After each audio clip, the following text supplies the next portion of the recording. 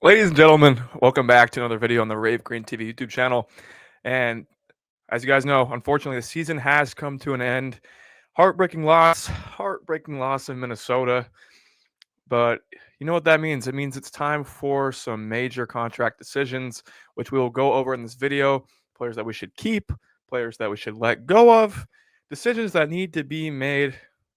And I am making them here as the general manager, as the coach, as the owner, as everything. I just want to make something clear. A lot of these decisions, or at least maybe a couple of them, they're not based on like player talent. Like it's not like, oh, good player keep, bad player sell, let go of. A lot of it's going to be based off of just salary cap or just fit in the team. You know, sometimes we have good players, but we have too many players in that position. You know what I mean? And sometimes we have good players. Their contracts are really expensive to where it's like maybe not bring them back. So it's not just an indictment on their talent, like I said. So just keep that in mind when you watch this video. Without further ado, boys, if you guys like this kind of content, throw a thumbs up on the video. Subscribe if you have not already. We are on the road to 2K. And listen, I'm gonna just say it, man. Maybe something could be planned for 2K. Maybe a little giveaway. We'll see what the boss man has to say about that. But listen, help us get there. That would be completely awesome. You guys helped us reach that goal. So make sure you subscribe if you haven't already, and let's get right into the contracts. All right, so ladies and gentlemen, as you can see, we actually have a lot of potential free agents. Obviously, as you can see, club options for a lot of these players. If you don't know what that means, basically just means we get to decide if we want to keep them, if we want to let them go, up to the club completely. So first and foremost, I mean, let's get some easy ones out of the way. Obed Vargas, I mean, the most obvious keep of your entire life. I mean, obviously, you're not going to want a player of this value, of this talent, walk for free. Obed Vargas, I will say, not expecting him back for next season. I would imagine he moves in the winter. I would be shocked if he's still here. But either way, we're keeping the club option. We're extending him for another year. Then we got Nuhu. Same thing. Same thing. I don't see why you would let him go. He's a solid starter when when he's not playing like number 5 and he's playing like Nuhu. He's a very solid MLS starter, so I don't see any need to decline that option. And here we go. This is kind of the first maybe debatable uh, contract here. We got Ryan Kent. Now, those of you that have watched this channel have watched me. You guys know that I am a big Ryan Kent fan. Incredibly talented player with the ball at his feet. The only real gripe I had with him is his just lack of aggressiveness some games. Like, it's like sometimes he just doesn't even want to take anybody on, doesn't really take any shots when he should.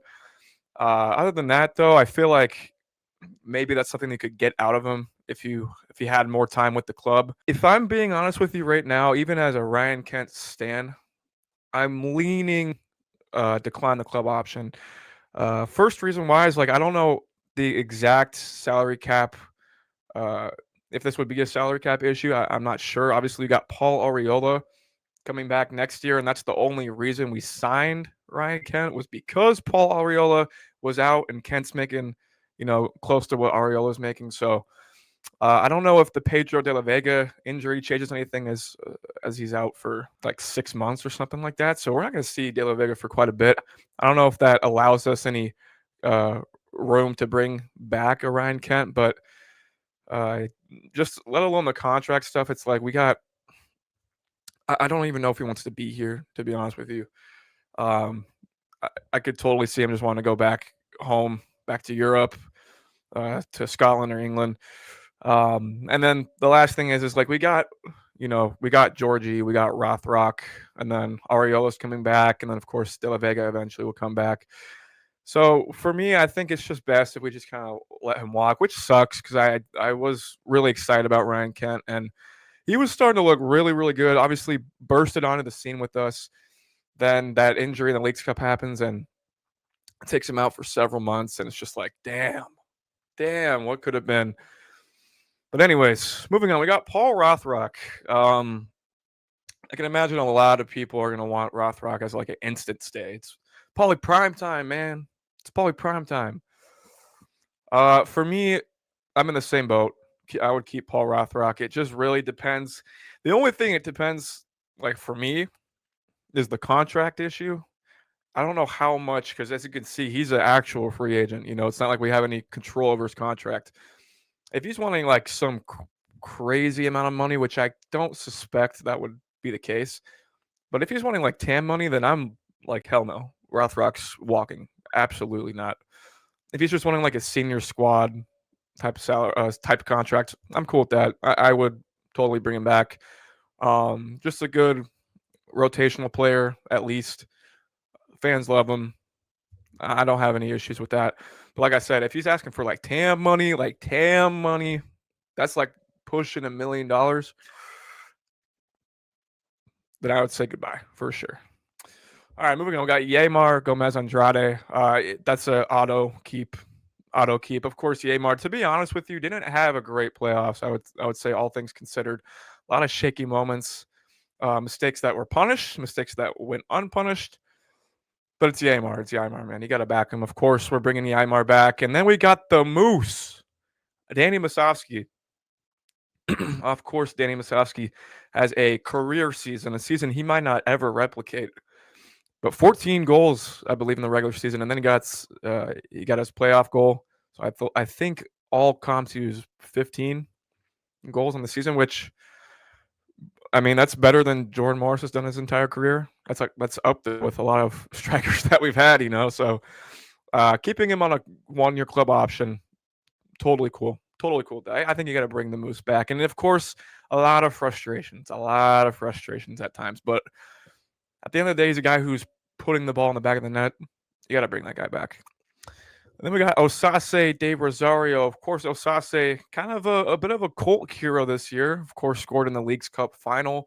Unfortunately, he did miss his penalty kick, but you got to bring back Osase. I mean, very cheap contract, young player. It's one of the easier keeps on the list. All right, then we got JP. Listen, man, I'm keeping JP. I know, he's getting up there. His legs aren't the same. He's not the same JP of old, but you got to think about, man, Obed Vargas, good chance he's gone. And then that leaves you with what? Danny Leyva, Christian Roldan.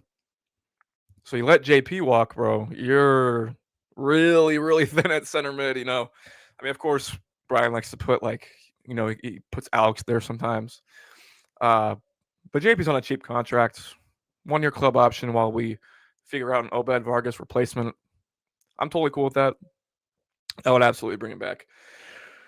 KKR, another player, just an auto bring back. I mean, KKR kind of burst onto the scene a lot this year. We're really, really dynamic from that right back position. Can also play right mid as well. That kind of also works itself into the Ryan Kent conversation. But either way, Kalani's a stud. Kalani's an absolute stud. Started out on Defiance. Before that, was playing like semi-pro and stuff. And to see him make his way to the first team, but not just make it, but be an impact player off the bench, you got to keep a guy like that for sure. For sure. And then we got John Bell. If you asked me this last season, it's an auto.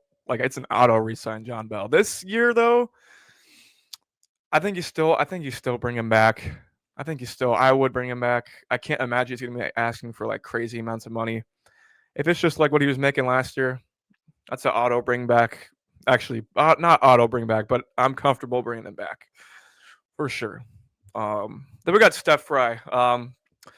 Here's the thing about Steph. Good.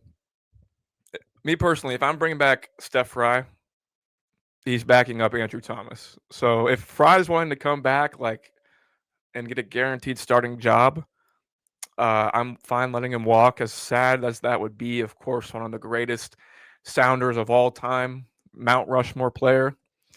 But I can imagine Fry kind of knows this time's almost up. I mean, he's 40, for heaven's sake, right? So I would bring back Fry.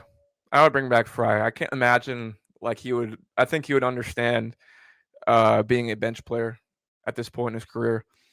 But yeah, I would bring back Steph Fry, of course, legend. I don't want to have another Nico Ladero situation where you could have a legend for free, just be a depth guy, help people learn and get better. He could keep mentoring Andrew Thomas and Castro and the guys underneath him. He's just a great guy to have on the team.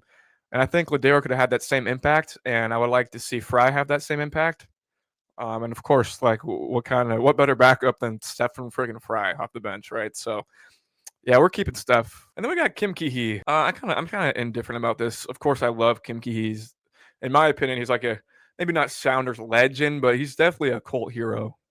Kim Ki-hee's a Sounder cult hero at the bare minimum. But yeah, I mean, I would be fine keeping Kim Ki-hee. I don't have any like super like insane opinions about this. To me, the starting two center backs, when they're playing their best, it's Ymar and Reagan, and then you got Bell or Kim behind them. I'm cool with keeping Kim. When he's healthy, dude, actually, you know what? I'm more leaning on like the keep Kim side because he comfortably outperformed John Bell this year. Um, so if he wants to come back, I would absolutely bring him back. The only thing is like John Bell is younger, so you could get him on like a multi-year extension. Whereas Kim, you're kind of just playing it year by year a bit. But yeah, I would keep Kim. Okay, and then the last two are going to be quick. Jacob Castro, I mean, very, very cheap contract, third choice keeper. I mean, you just like I'm fine bringing him back. Yeah, club option, cheap contract, just bring him back. Then Leo Burney, I know the club obviously came from Ballard, I believe. Didn't really see anything of him this year. Was injured actually a lot of the year, but yeah, I'm bringing Leo back.